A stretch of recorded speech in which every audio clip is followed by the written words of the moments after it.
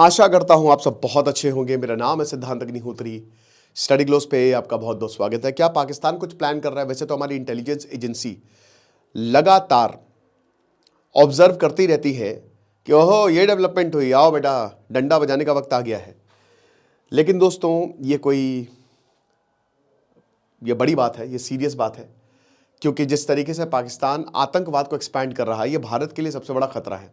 तो क्या डेवलपमेंट्स हुई हैं, बात करते हैं।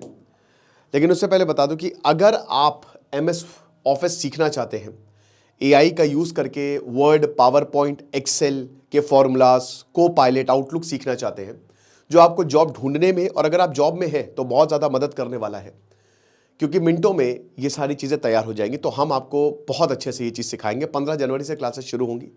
डिस्क्रिप्शन कमेंट बॉक्स में कोर्स का लिंक है। शुरुआत के अब देखिए 500 थे तो 200 सीट्स कुछ बची हुई हैं, तो 400 रुपये का एक कोर्स है। पाकिस्तान में हुआ क्या है, ये आदमी आप देख रहे हैं, इसका नाम है नाजी ज़हीर। ये जो नाजी ज़हीर है, ये मिला है राशिद अली से। राशिद अली PMML, पाकिस्तान मुस्लिम मरकाज लीग, जो कि लश्कर तैयबा का ही पार्ट है, उसका हेड है। ठीक है, और इसीलिए कान खड़े हो गए हैं। अब पहले मैं आपको नाजी ज़हीर के बारे में बता देता हूं। यह हमास का सीनियर कमांडर है, राइट। और राशिद अली जो है वो लश्कर तैयबा का कमांडर है। अब दोस्तों ये PMML गुजरनवाला, जहां पे इसका हेडक्वार्टर भी है, ये गया वहां पे और यहां इसने अटेंड की प्रॉपर पार्टी मीटिंग, रैली, लोगों को संबोधित किया। हालांकि कौन सी डेट का है ये नहीं पता, किस डेट का है वी डोंट नो, लेकिन वीडियो सर्कुलेट हो रहा है और ये दोबारा से हुआ है। अब मैं आपको थोड़ा इसके बारे में बताता हूं। जब हमला हुआ था ना पहलगांव का अप्रैल में, उससे 4 महीने पहले फरवरी 2025 में ज़हीर को यही सेम हमास लीडर के साथ, ये जो ज़हीर है जो सेम हमास लीडर है, इसको अगेन राशिद अली के साथ देखा गया था। इनफैक्ट ये मसूद अजहर से भी मिला था, कहते ये हाफिज सईद से भी मिला था। और इसी ने ही पहलगांव हमले को प्लान किया था, बिल्कुल हमास स्टाइल में। ये POK भी गया था, ये गुजरनवाला भी गया था, और भी जगह ये गया था। इसने लोगों को संबोधित भी किया था और पूरी एक एंटी इंडिया जॉइंट रैली को इसने एड्रेस किया था, जो कि लश्कर तैयबा और जैश के कमांडर्स ने ऑर्गेनाइज की थी। जनवरी 2024 में ज़हीर कराची गया था, जहां से इसने मीडिया को एड्रेस किया था, कराची प्रेस क्लब। अप्रैल 2024 में यह इस्लामाबाद गया था, जहां पे सोचिए, would you believe it, Islamabad high court bar association ने इसको फैसिलिटेट किया था। ठीक है, ही वॉज फेलिसिटेटेड बाई वकील्स ऑफ इस्लामाबाद, और यह वही इस्लामाबाद का कोर्ट है जहां पे अभी हमला हुआ था, 13 लोग मरे थे। 14 अक्टूबर 2023 में, जब 7 अक्टूबर को हमला हुआ था ना सदर्न इजराइल में, ठीक है, 2023 में, आपको याद ही होगा। तो फिर यही ज़हीर जो है ये अगेन फिर पाकिस्तान का, वहां पे मौलाना फजलुल रहमान से मिला था, जो कि जमात उलेमा ए इस्लाम के लीडर हैं, सबसे बड़ी वहां की इस्लामिक पार्टी है। ठीक है, सेम डे इसने मुफ्ती महमूद कॉन्फ्रेंस को, जो पेशावर में, एड्रेस किया था। 29 अक्टूबर 2023 ये बलूचिस्तान के कोयटा में प्रेजेंट था, जब अल अक्सा स्ट्रॉन्ग कॉन्फ्रेंस हुई थी। नवंबर 2023 मशल के साथ ये तूफान अक्सा कॉन्फ्रेंस कराची हुई थी, वहां पे हुई थी, तो वहां पे भी प्रेजेंट था। इसका मतलब ये पिछले 3 सालों से, 2 से 3 सालों से ये प्रेजेंट है। अब बात ये है कि ये आदमी इजराइल के लिए भी बहुत बड़ा खतरा है, ये आदमी इंडिया के लिए भी बहुत बड़ा खतरा है। पिछली बार जब फरवरी में आया ये, तो हम सबको पता है कि पहलगांव हमला जो है वो बिल्कुल 7 अक्टूबर को जो हमला हुआ था इजराइल में, उसी के तर्ज पे था। हमारे 26 लोगों को मार दिया था जो छुट्टियां मनाने गए थे। ठीक है, और जो भी इनके मंसूबे थे वो पूरे तो नहीं हो पाए। इंडिया ने यूनिटी दिखाई, सब फेल हो गया। ख्वाजा आसिफ कह रहा है कि हमारे जो एरोप्लेन्स हैं, हमारे जो फाइटर जेट्स, उनकी इतनी डिमांड आ रही है कि अगले 6 महीने तक हमको भीख लेने की ज़रूरत नहीं है। एक्सपर्ट्स ने बोला कि पागल हो चुका है, जाके असाइलम में इलाज कराए। कहा है कि अनरियलिस्टिक है, ये झूठ बोल रहा है, खुद ही जाके कटोरा लेके भीख मांग रहा है। एक ये भी खबर आई है कि पाकिस्तान ने भयानक लॉबी की, बहुत ज़्यादा लॉबिंग की अमेरिका की, बहुत ज़्यादा, किसी तरीके से वो वॉर में इंटरवीन करे। क्योंकि अगर दोस्तों ये 4 से 6 दिन चल जाता ना तो पाकिस्तान खत्म हो जाता। आप समझ लिए कि 7-8 दिन के अंदर अंदर, पिछली बार 13 दिन लगे थे ना, इस बार तो इससे भी कम में हम मार देते।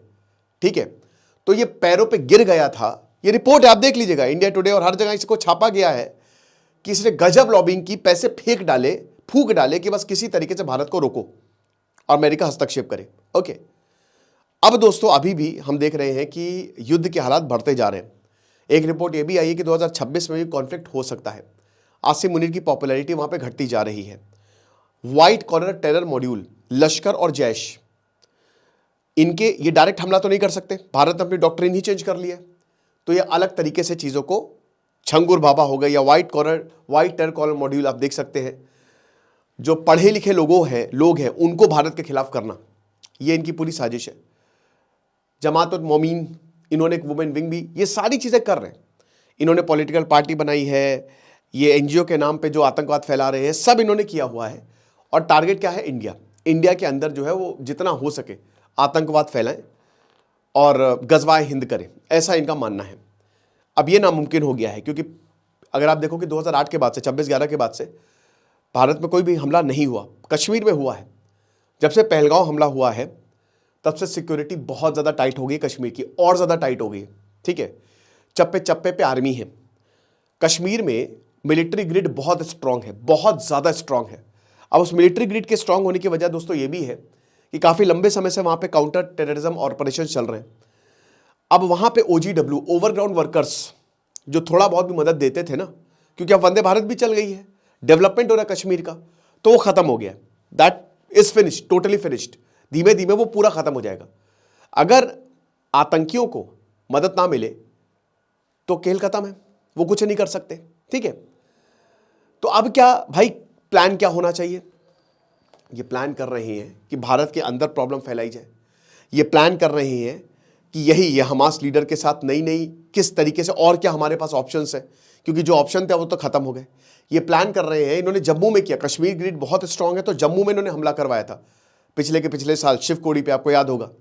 ठीक है, तो ये हमले लगातार प्लान कर रहे हैं, लेकिन इनकी ये प्लानिंग नाकामयाब हो रही है। इंडियन आर्मी, अभी 30 के करीब आतंकी जो है वो छुपे हैं। कल ही दोस्तों एक एनकाउंटर फिर से ब्रेक हुआ। इंडियन आर्मी ढूंढ के इन आतंकवादियों को मार रही है। ठीक है, हमास के लीडर का जाना, क्योंकि जब हमास का लीडर गया है पाकिस्तान में, कोई ना कोई हमला हुआ है, अब वो चाहे इजराइल में हो चाहे भारत में हो। हाल ही में दोस्तों ये खबर आई थी, अब देखिए आयरनी देखिए। ठीक है, ये खबर क्या आई थी? खबर ये आई थी कि अमेरिका कह रहा है कि जो इनकी ISF है ना, इंटरनेशनल स्टेबलाइजेशन फोर्स, जो ये हमास में गाजा में भेजेंगे, अब गाजा में इनको पाकिस्तान के सोल्जर्स चाहिए। अब ये इतने बेवकूफ है कि एक तरफ हमास के लीडर जो है वो पाकिस्तान में आ रहे हैं और दूसरी तरफ हमास को खत्म करने के लिए पाकिस्तान जो अपनी फोर्सेस भेजेगा। क्या मजाक चल रहा है भाई?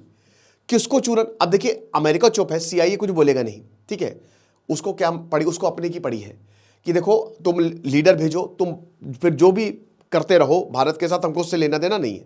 ये जो CIA ऑफिसर जॉन केराकाउ ने बोला भी था कि जब हम ओसामा बिन लादेन को पकड़ने गए थे तो पाकिस्तान की मिलिट्री भारत को लेकर ऑब्सेस्ड थी और हमने उनको रोका भी नहीं। हमने कहा कि हमको ओसामा बिन लादेन को पकड़ने तो तुमको हम पैसे देते रहेंगे, तुमको जो करना है करो। समझ रहे हैं आप? ये सारी चीजें जो है ये बोली थी। ठीक है, लेकिन दोस्तों जहां तक इंडिया की बात है तो इंडिया ने कश्मीर में सिक्योरिटी को और ज्यादा सख्त किया है और इंटेलिजेंस एजेंसी बहुत ज़्यादा अलर्ट पर है, स्पेशली जब इस तरीके के इवेंट होते हैं कि कोई हमास का लीडर या कोई ऐसी मीटिंग्स होती हैं, तो वो सब पहले से इंटेलिजेंस एजेंसी को पता होती है। पहलगांव हमले में चूक हुई, नो डाउट, कभी कभी चीज़ें गलत हो जाती है और पहलगांव हमला भारत के इतिहास में, अगर हम आतंकी हमले की बात करें तो सबसे बड़ा हमला है। मैं इसको 26/11 से भी बड़ा मानूंगा, क्योंकि यहाँ पर निहत्थे सिविलियंस को बहुत ही बेदर्दी से, बहुत ही बुरी तरीके से मारा था। ठीक है, और जब भारत ने ऑपरेशन किया था, ऑपरेशन सिंदूर, तो ये देखा, रैली में भी बोला कि ये पूरा ये हाफिज शहीद हो गया और ये जो मसूद अजहर हो गया, इसके पूरे परिवार को खत्म कर दिया था। लेकिन अब बात ये है कि फिर से ये उठ खड़े हो रहे हैं। ऑपरेशन सिंदूर 2.0 जितना ज़्यादा डिले करेंगे उतना ही प्रॉब्लम। अब हाईली डाउट कि ये होगा भी कि नहीं, कि खाली बतौलेबाजी है।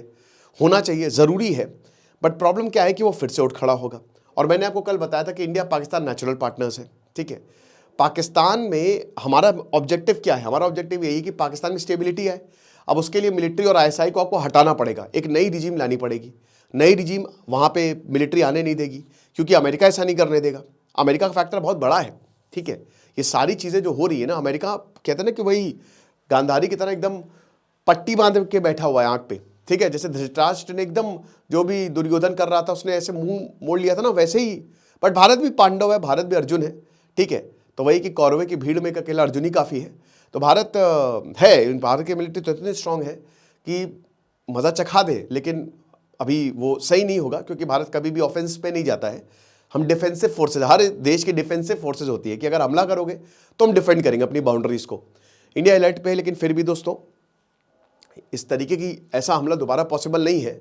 बट हाँ, टेंशन्स हैं, क्योंकि जब भी ये ज़हीर आता है कुछ ना कुछ होता है। आपको क्या लगता है मुझे कमेंट बॉक्स में बताइएगा। बाकी अगर आप MS वर्ड के कोर्स को अवेल करना चाहें, अगर आप सीखना चाहें तो आप सीख सकते हैं, आपको बहुत ज़्यादा फायदा होगा। खुश रहिए, पढ़ते रहिए। दिस इज सिद्धांत अग्निहोत्री साइनिंग ऑफ।